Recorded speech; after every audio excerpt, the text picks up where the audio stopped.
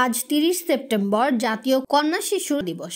এবার দিবসটির প্রতিপাদ্য কন্যা শিশুর স্বপ্নে গড়ি আগামীর বাংলাদেশ।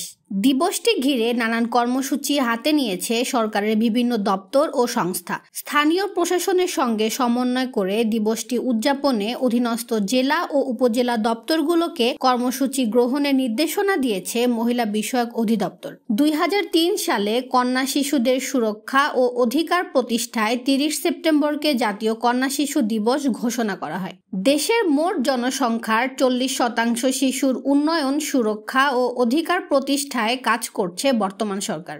এই শিশুদের অন্তত ১৫% কন্যা শিশু। করোনাকালে কন্যা শিশুর ওপর বঞ্চনা বেড়ে যাওয়ায় দিবসটি বিশেষ গুরুত্ব সহকারে পালনের উদ্যোগ নেওয়া হয়েছে। উল্লেখ্য, জাতিসংঘের সদস্য রাষ্ট্রসমূহে ২০১২ সাল থেকে প্রতি বছরের ১১ অক্টোবর পালিত হয় আন্তর্জাতিক কন্যা শিশু দিবস। এদিকে প্রতি বছরের ২৯ সেপ্টেম্বর থেকে ৫ অক্টোবর পর্যন্ত আন্তর্জাতিক শিশু সপ্তাহ পালন করা হয়। এই শিশু সপ্তাহের দ্বিতীয় দিন অর্থাৎ ৩০ সেপ্টেম্বর পালন করা হয় জাতীয় কন্যা শিশু দিবস হিসাবে।